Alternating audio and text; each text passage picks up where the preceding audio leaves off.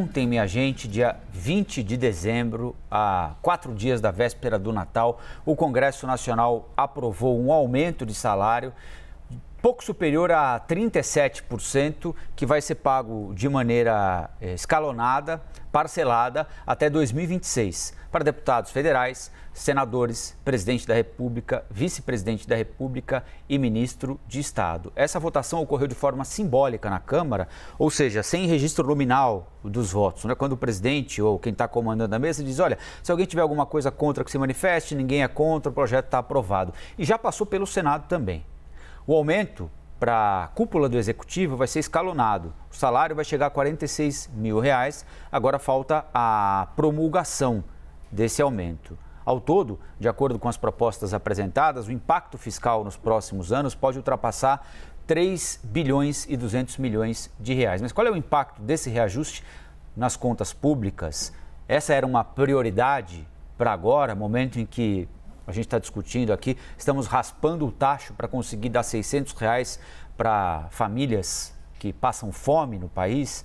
Esse é o tema do painel, que começa agora, painel CNN. Normalmente, a CNN tem 3 convidados. Hoje, excepcionalmente, 2.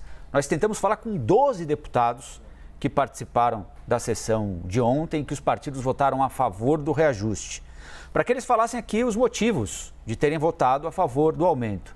Mas, curiosamente, nenhum deles se dispôs a participar. Nós vamos conversar então com os deputados federais Fernanda Melchiona, do PSOL do Rio Grande do Sul, e Thiago Mitral, do Novo de Minas Gerais. Queria agradecer a presença de vocês aqui no CNN Novo Dia. Muito obrigado. Queria começar com a senhora, deputada. A senhora imagina por que os seus colegas que votaram a favor do reajuste não quiseram participar do nosso painel com vocês aqui? Olha, Rafael, eu acho, primeiro te cumprimentar a CNN, cumprimentar o Thiago, eu acho que é impossível defender o indefensável, né? Quando falaram da pauta ontem, eu prontamente vim, aceitei e ainda disse para as nossas colegas do mandato que eu duvidava muito que os favoráveis tivessem, enfim, a coragem de vir aqui debater, né? Porque nós temos no país uma lógica que é extremamente perversa, que os baixos salários ganham pouco, o salário mínimo está congelado, os trabalhadores, de uma forma geral, as carreiras, enfim, perderam dinheiro com congelamento absurdo de salários, inclusive votado pela Câmara dos Deputados, né, Rafael? Em 2021, uma PEC que congelou na prática os salários em 2020, na esteira da pandemia, e o mesmo Congresso agora vota, em questão de horas, um aumento exorbitante do salário dos políticos. Todos, né? Senadores, deputados, presidente, vice-presidente, ministros. E eu sempre digo, né, primeiro que é legislar em causa própria. Nossa líder, Samia Bonfim, ontem usou esse termo, porque qual categoria, Rafael? Organiza o seu próprio salário. Tu, como jornalista, a equipe da CNN, é sempre uma luta do sindicato, da carreira, etc., para organizar a sua database, em geral desfavorável aos trabalhadores. No caso dos políticos, são os próprios políticos que votam o seu próprio salário. 2. Política não é carreira. A gente não pode considerar que nós estamos temporariamente eleitos pelo povo para representar determinadas pautas. Não é uma profissão.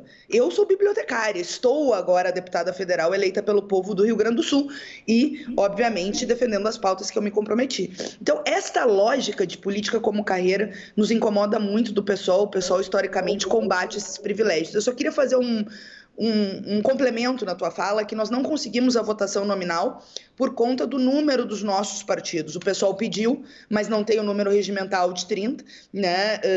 O Novo, eu acho que apoiou o nosso pedido de votação nominal nessa matéria, tinha pedido nominal em outras, mas também não tem o número regimental de 31 deputados. Então, nós não conseguimos fazer essa votação nominal, mas nós tentamos. Sim.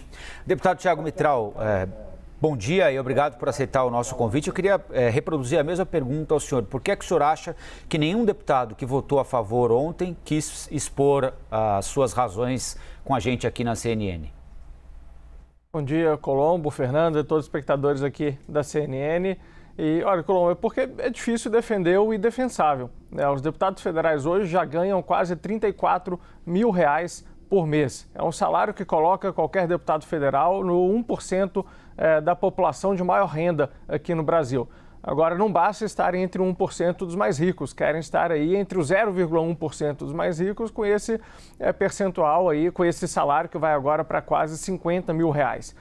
Então, é muito difícil explicar. A gente viu alguns deputados ontem querendo ali, na hora da votação, explicar o porquê de um voto favorável a um absurdo como esse, mas se embananavam todo. Diziam que o salário está defasado. Olha, mas está defasado num patamar de R$34 mil, não me parece um problema. Além disso, falaram, não, teve muita inflação nos últimos anos. A inflação foi causada por más decisões dos políticos de Brasília.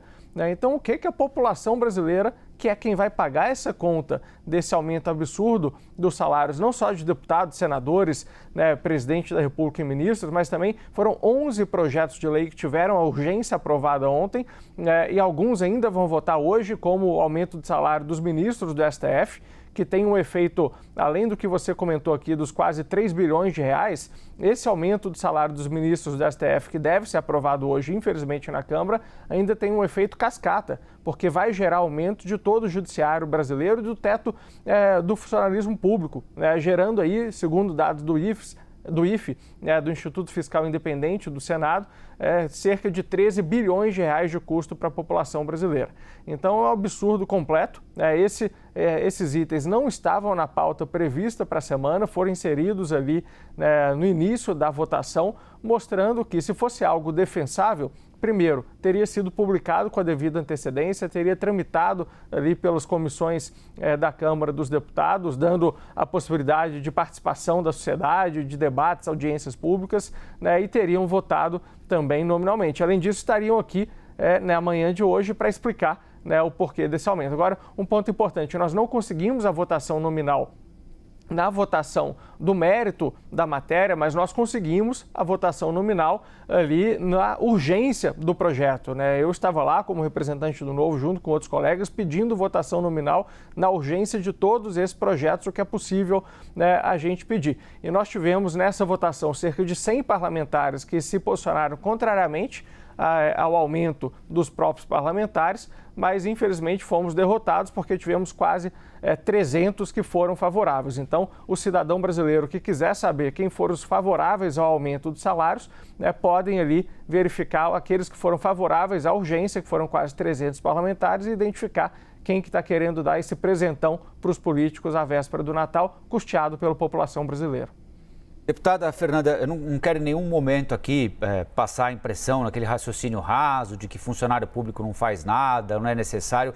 São fundamentais, especialmente para atender a parcela mais pobre da população. Eu estou falando de professor, de policial, pessoal da saúde, como ficou evidente agora na pandemia, carcereiro, enfim, tem uma série de carreiras, policial federal, uma série de carreiras que são fundamentais para a existência e para a manutenção do Estado. Mas a impressão que a gente tem, vendo de longe, e vocês estão na política, não sei se tem a mesma impressão, é de que esse pessoal que está, como costumam dizer, com a barriga com o umbigo no balcão, e tão longe aí de Brasília, dos gabinetes, e não conseguem falar com o ministro, não falam com o Supremo, não são recebidos pelos deputados que mandam na Câmara, pelos senadores que mandam no Senado, esses ficam para trás. Quer dizer, o pessoal que está ali mesmo na lida todo dia, cumprindo o horário.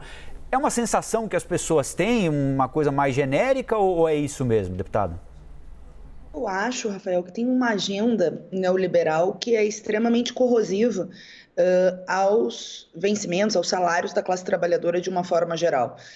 Isso também é parte da nossa contrariedade com qualquer aumento do salário dos políticos, porque política não é carreira. É sempre importante registrar, pode parecer aqui um consenso na mesa, mas infelizmente não é um consenso na Câmara dos Deputados. Nós estamos num período, nós temos as profissões, política e ideologia, enfim.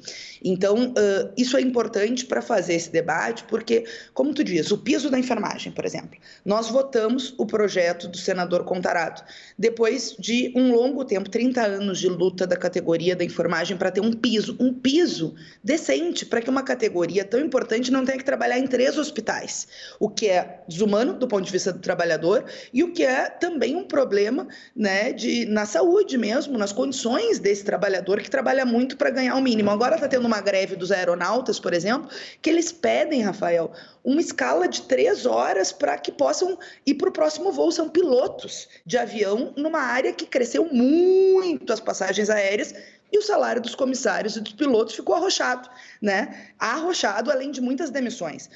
O piso. Agora a Câmara, depois de 6 meses, votou um projeto dizendo de onde vem a fonte. Claro, aí também tem o desgoverno Bolsonaro que não fez a sua parte. Bastava acabar com o orçamento secreto que o próprio Bolsonaro criou, que pagava o piso da enfermagem. Não fez.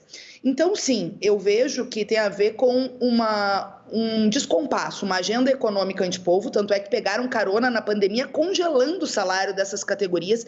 Para te ter uma ideia, Rafael, até progressão, né? Esse tempo que os professores, por exemplo, trabalharam online, sem condições, dando aula, difícil dar aula online, né? Tanto é os resultados aí da educação, e não estão calculando esse tempo para fins de progressão de carreira por conta de um projeto votado na Câmara dos Deputados. Agora nós estamos na luta, e eu vou concluir, para votar a PEC de transição, que é para permitir dar aumento real para o salário mínimo. Aumento real para o salário mínimo. Aí parece para o mercado que é uma heresia, para os neoliberais ou até para o centrão, que usa esse debate para chantagear o novo governo quando nós estamos falando de aumento real do salário mínimo. Agora, quando é para os políticos, é rapidinho. Não passa nem pelas comissões, é votação simbólica. Agora eu quero concordar com essa questão do requerimento de urgência. O requerimento de urgência acaba sendo uma predisposição, né? E lá tem os deputados que votaram contra a urgência do projeto que aumenta o salário dos políticos, né? Todo mundo pode conferir aí no site da Câmara, e eu acho que é importante, além da orientação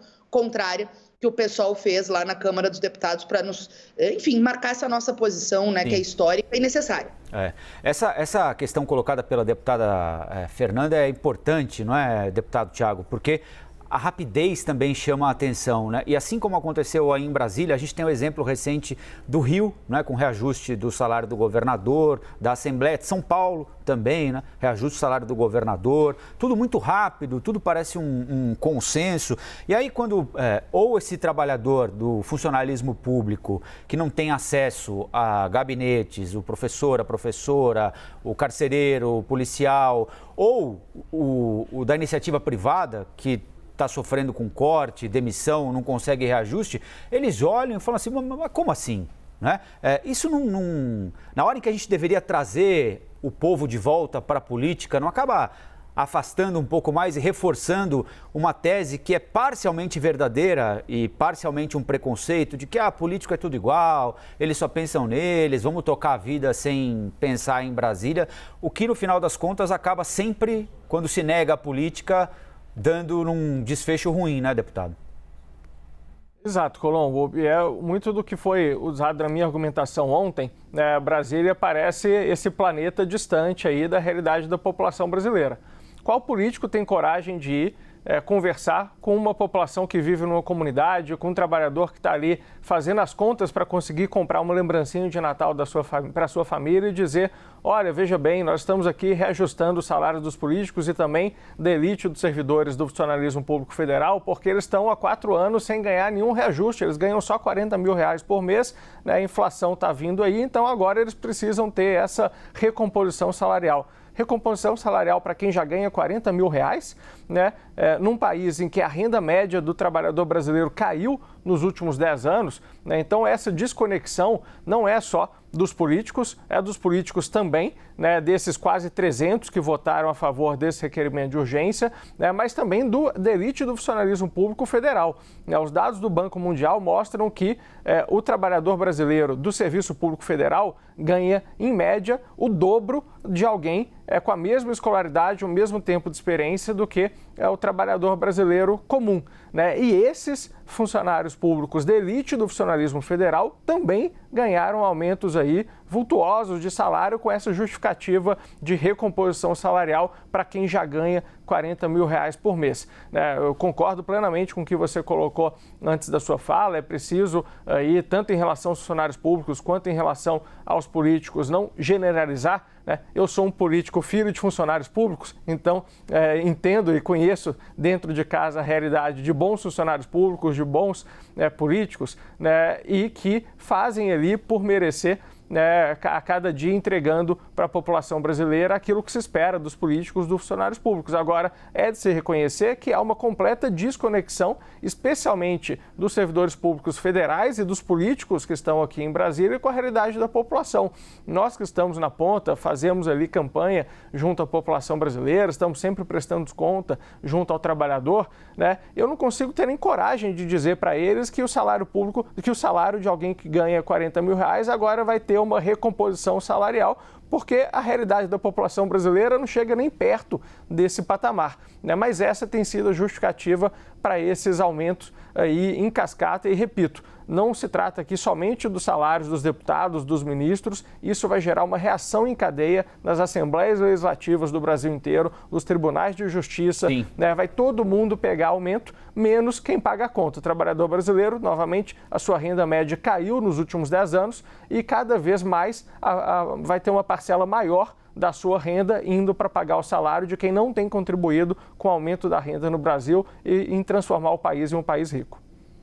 Quero agradecer aqui aos deputados Thiago Mitral, Fernanda Melchiona, que participaram do painel CNN sobre o reajuste aprovado ontem para presidente, vice, deputados, ministros, e lamentar mais uma vez os 12 convites que fizemos para os parlamentares que votaram a favor do aumento e que se recusaram a vir aqui a apresentar os seus argumentos. Bom dia para vocês, obrigado.